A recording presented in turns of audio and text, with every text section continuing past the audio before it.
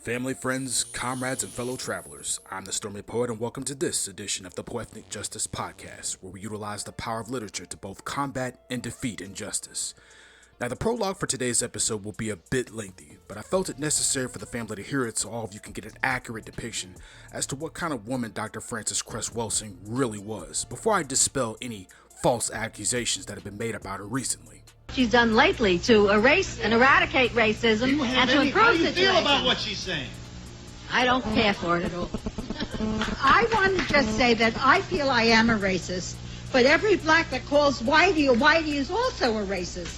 And Wait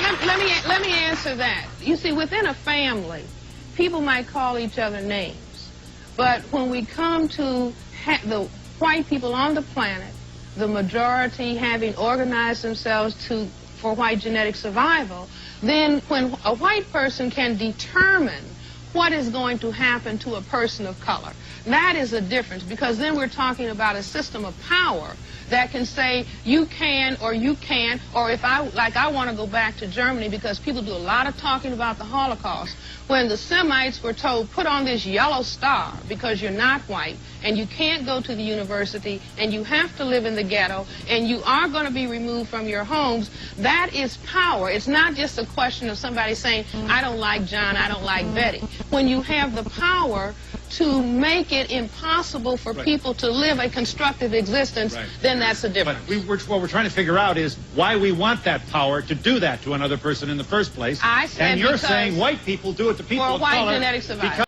The First Amendment, which allows freedom of speech. If one believes that is not the right answer, then one has to be one of the most anti-German racists that can be. If one believes that the German people would have tolerated the concentration camps and the gas chambers, if news media, like the programs that Mr. Brown is setting on, if those people were willing to bring discordant views out into the open, I don't believe the concentration camps and the gas chambers could have continued to exist in Germany. I'd like to comment because I'd like to say that I don't think that there's a major difference between what Dr. Shockley is doing. I don't think that Dr. Shockley is fully aware of what he is doing and why he is doing what he's doing. But the long-range implications of what he is doing are no different than the propaganda campaign that Hitler and his Nazi unit carried on in Germany that ended up eliminating 6 million Jewish people. Now, what is most interesting is that Hitler said the very same thing. He said, number one, that the Jews were genetically inferior to the Aryans.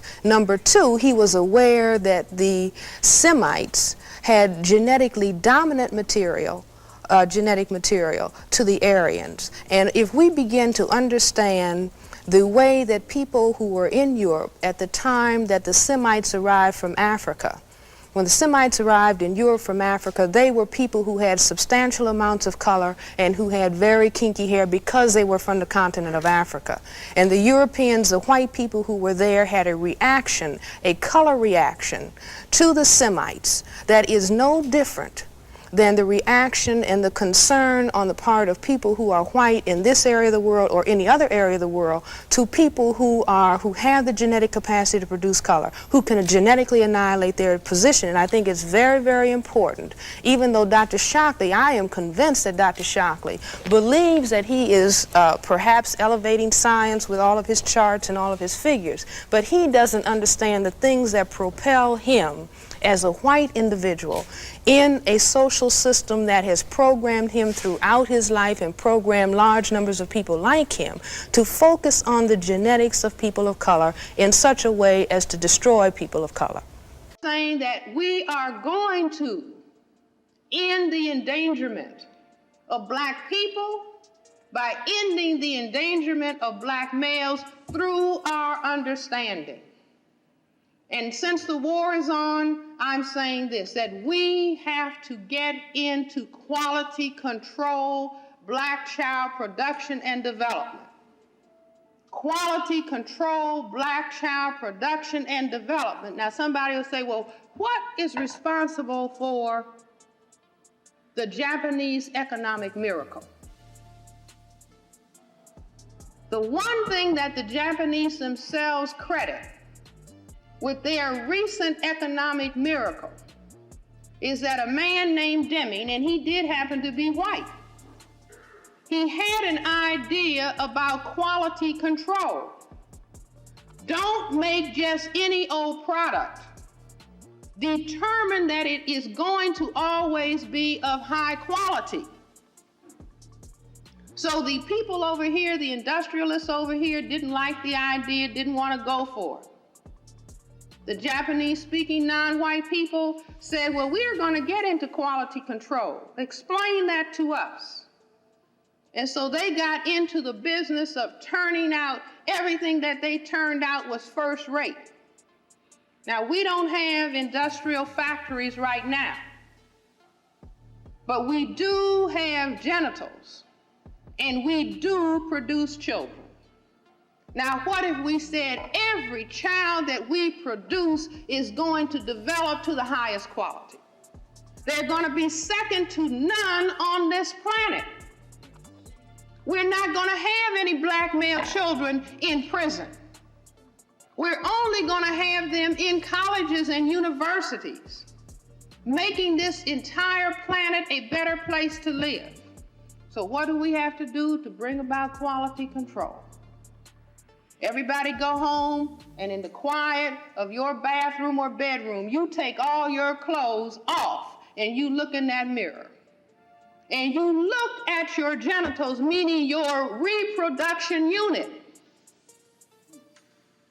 Now you look at that and you say, now I am only going to use this for quality control production.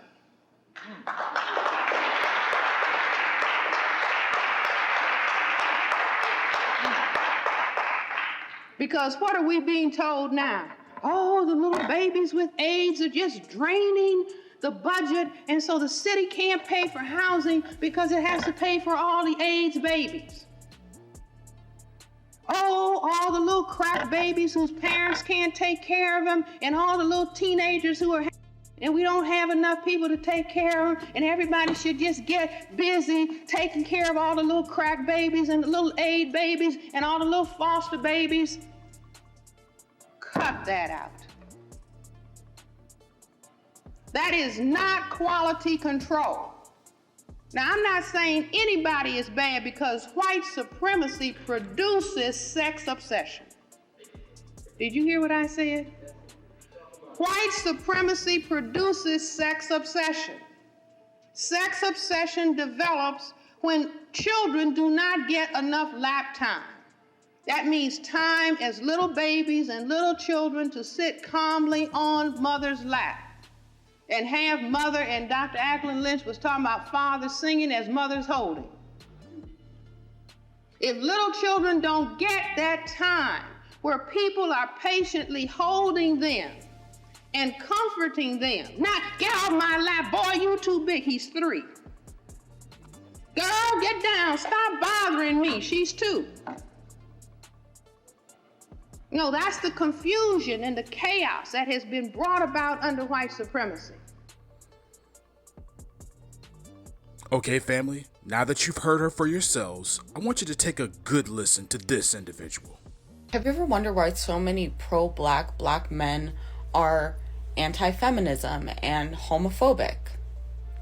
Unfortunately, it may be because of this black woman, Frances Cress Welsing. She wrote the ISIS Papers as an attempt to try to find what the root of white supremacy is, why it exists.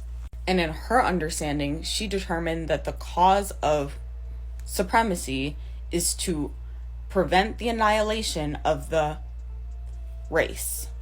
Now, you may be wondering, what does this have to do with anti-feminism and homophobia? Well, she thought that black men were the main target of white supremacy because black men have the ability to annihilate the race through procreation. From that conclusion, she drew another conclusion that feminism is a supremacist ploy to get black women to economically advance so far that they no longer needed black men, and that the black family unit would be destroyed, and then there would be no procreation of black people. which when you think about it is really sad because it reduces women to their role as an incubator for the next generation. But Black women weren't the only marginalized group within the Black community that she had a problem with. She also thought that homosexuality was a agenda to prevent the procreation of Black people through emasculating the strong Black man.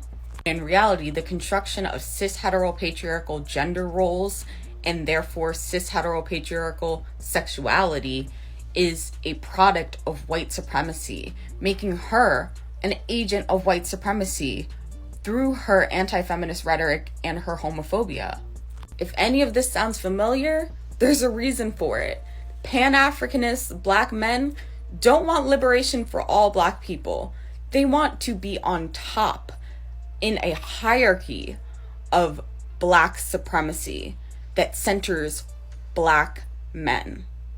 Black, cis, heteropatriarchal values are just repackaged white supremacy.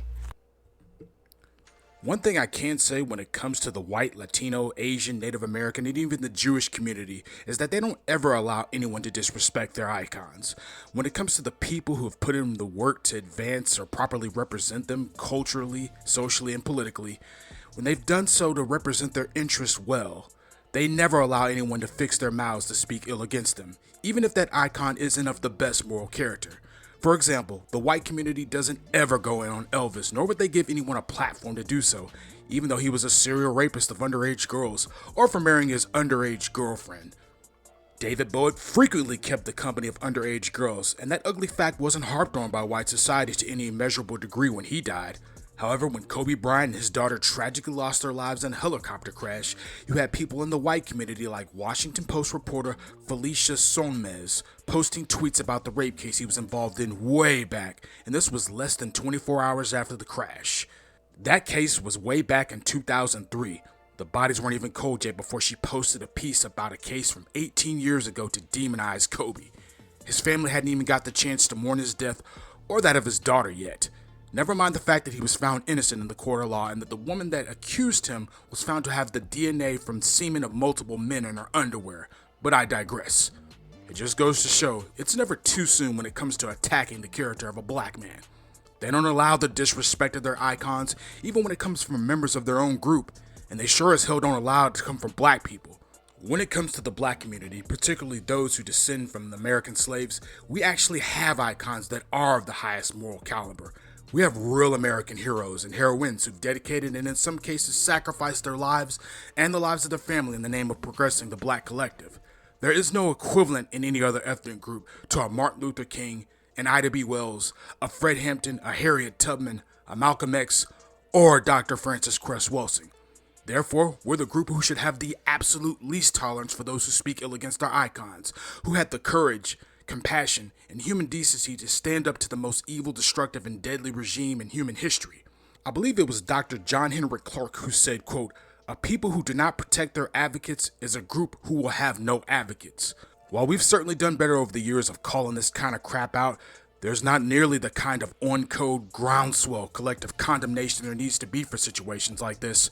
If there are potential political, cultural, and social advocates out there considering putting it all on the line in the name of Black empowerment, and there definitely are, if there are potential political, cultural, and social advocates out there considering putting it all on the line in the name of Black empowerment, and there definitely are, and if they see Black freedom fighters like a Dr. Wilson being attacked and the very people they're advocating for not standing up for them, what then would be the incentive for them to take that kind of risk?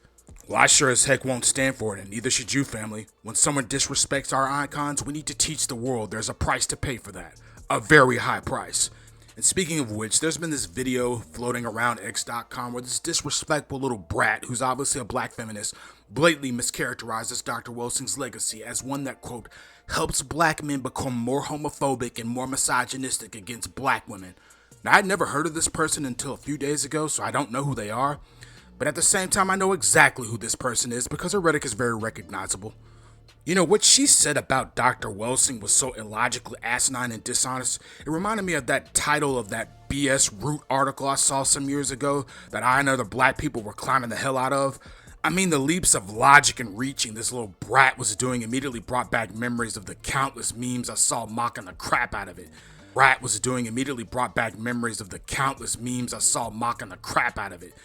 Straight black men are the white people of black people. How sick and deranged do you have to be to compare black men to the group who's literally been on a centuries-long campaign of empire building by any and every means necessary, including unadulterated and unconscionable violence and murder? There is no equivalent of black men carrying out a Holocaust, although we were subject to the American Holocaust, which lasted over 200 years. In America, there has never been the black male equivalent of a lynch mob. Furthermore, where are the pictures of black men posing and smiling in front of the lynched black women? I'll wait. And as for that condescending, "Do you wonder why so many black men are homophobic?" comment this person made, do you ever notice those who cast that false aspersion on the black community never provide any documentation to substantiate it? The most you'll have is a handful of accounts from a few black members of the LGBT community that they got clowned at a barbershop because they walked in wearing some kind of flamboyant outfit, or that they got made fun of in school or something.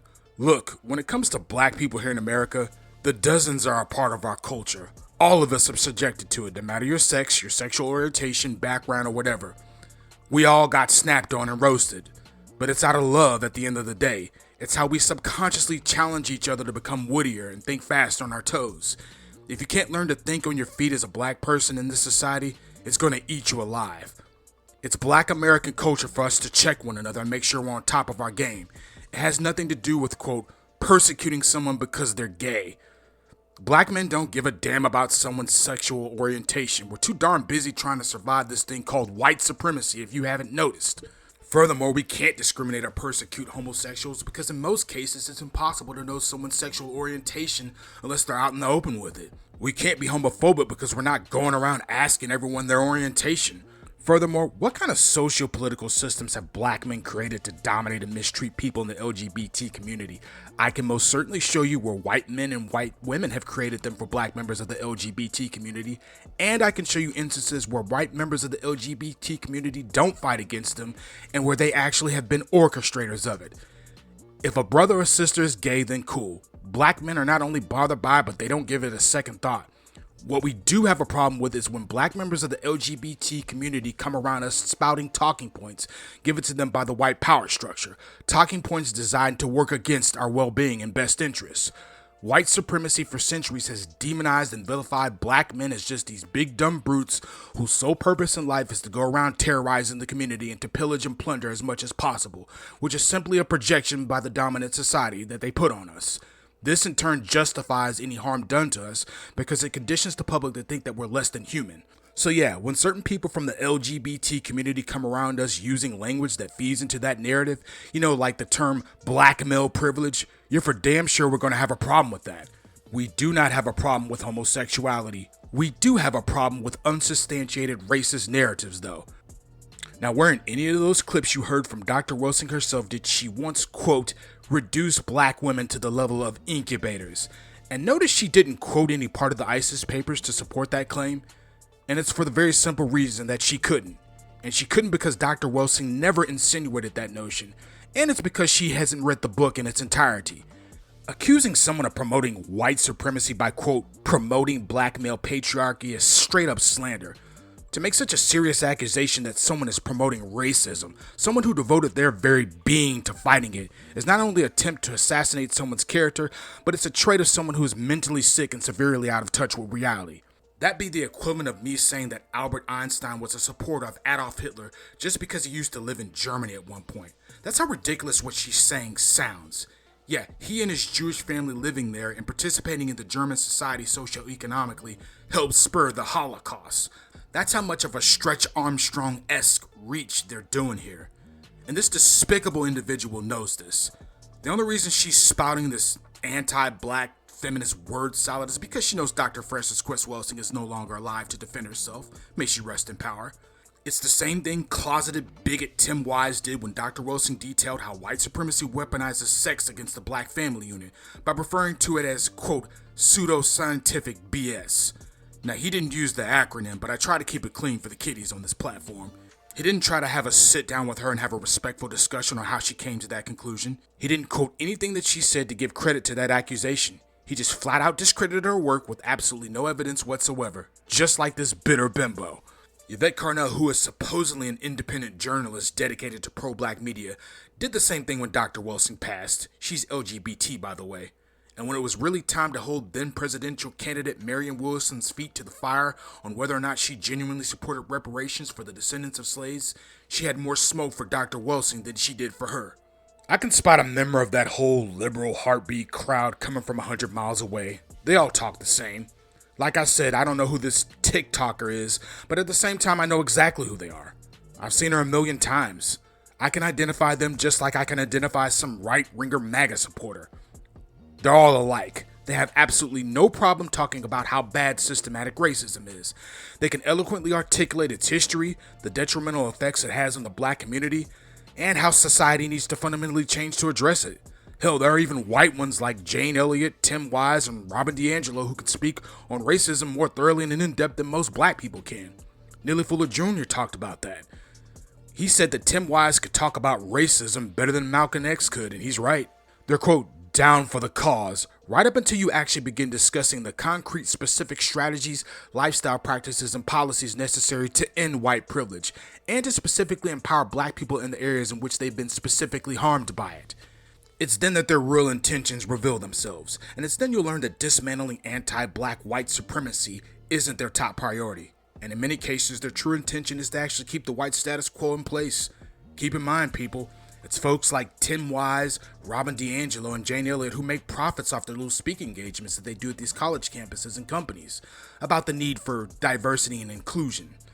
And they make money off the books they sell that are about how bad racism is. That's literally profiting from black pain and suffering. If white supremacy fell tomorrow, what would they write and give lectures about at these college campuses and companies? If the Democrats couldn't come to black people every 2 and 4 years to tell them how bad racism is, and how there are so many disparages and so much disenfranchisement in communities of color, and that the mean old racist Republicans are going to get in office if you don't vote, blah, blah, blah. If black people already received proper redress for systemic racism, and if it had been abolished, what then would be their incentive for black people to vote for the left? So when it comes to these groups and movements you typically find tied in with the left, they have zero problem with calling out white supremacy by name, nor with butting up with black people, just as long as those black people they're piling up with do not demand they commit to actions that will disrupt the white status quo. But those black people do, however, have to support their movement to the fullest. Now, they don't put any skin in the game for your cause, but they'll damn sure expect you to be 10 toes down for theirs. So when it comes to the feminist movement, which is really just about white women receiving a bigger piece of the lion's share when it comes to what their white male counterparts have stolen from us, or the LGBT agenda, which has done nothing to address the rampant racism that has festered in their own community, or these other non-white groups when it comes time to discuss immigrant issues or resources their communities, they have absolutely no problem being in the midst of black people, just as long as they remain useful toward furthering their own agendas. And for some black people, like the disgusting piece of filth who made this video, and I say black loosely, that's enough for them. When it comes to just simply being in the same circles as white people and non-black people, for them there is no greater honor or satisfaction. And in order to keep having regular access to white people and non-black people, they have no problem parroting their talking points. In their minds, doing so is what assures those non-black people that they're piling up with that they're a safe Negro. And that brings me back to this racist and blackface, or in mutilated blackface, I should say. I'm sorry, but when someone has 2 huge chunks of metal sticking out of their face like that, I mean, it does give you some insight as to the status of this person's mental state. But I guess that's just me conforming to a social norm, right? When you have someone willing to make such desperate and pathetic reaches and leaps of logic, to use a woman who risked her very career and safety to educate and make black people aware of the many pitfalls and booby traps and dead ends set up for them in society, you're dealing with someone who has utter contempt for black men. That video wasn't inspired out of some genuine desire to see the black community improve collectively. This is someone who is hell-bent on carrying out the ideology of their white counterparts for the purpose of maintaining their access to white people. This was evidenced by the fact that she said that Dr. Welsing wrote the ISIS papers to depict that the basis for white supremacy was genetic annihilation of, quote, some people. Yeah, some people. Yeah, what she meant to say was the genetic annihilation of white people. What she didn't want to say so that she wouldn't upset her white audience is that the whole reason systematic racism exists boils down to this. If a black man or woman has a baby with a white person, it's an empirical fact their offspring will come out black, being that the melanin gene is dominant. And she provides clear example after example in the book of symbolic common social practices that bear out this subconscious fear of genetic annihilation. This was the inspiration behind the miscegenation laws. This was the whole reason they removed the black male's genitals after they were lynched. And this was why segregation was created. Yes, segregation. Because there'll never be an instance of a black man or woman ever being sexually active with a white man or woman if they don't live in the same neighborhoods, right? Why do you think that it is that there's such a push for gentrification in all the major cities in America? That's called segregation without the no coloreds allowed signs. Now I know this piece of trash didn't read the ISIS papers, and like the character Remy said in the movie Ratatouille, you could fill a book with the things Dad doesn't know. And they have, which is why I read. I happen to both own and to have actually read the book in its entirety before I formulated an opinion about Dr. Frances Cress Welsing's theory, and I actually can quote something from it, unlike this dingbat, that shows that she actually did have a genuine desire, unlike this dimwit, to see black men and women and children improve their position in life. Quote, stabilized union between the black male and the black female means the eventual end to white supremacy. When the black male and black female simply define their joint struggle in terms of achieving education, housing, jobs, and money, rather than as specifically countering the global and local dynamic for white genetic survival, white supremacy, we are attempting to function with the wrong game manual and with all the wrong rules. While we have remained confused, the global and local white collective consciously and or unconsciously have mastered white genetic survival strategies in all areas of life. Thus, we as black people are checkmated continuously by the local and global white collective. We are the victims of white supremacy who spend most of our time squabbling, struggling, and fighting with one another. Thus, matters go from bad to worse, especially in such critical areas as the black male/black female relationship, the very foundation of the black nation. She talks about black men and black women working together against the oppressor class as a team and as a family unit. She speaks nothing of reducing black women to mere incubators.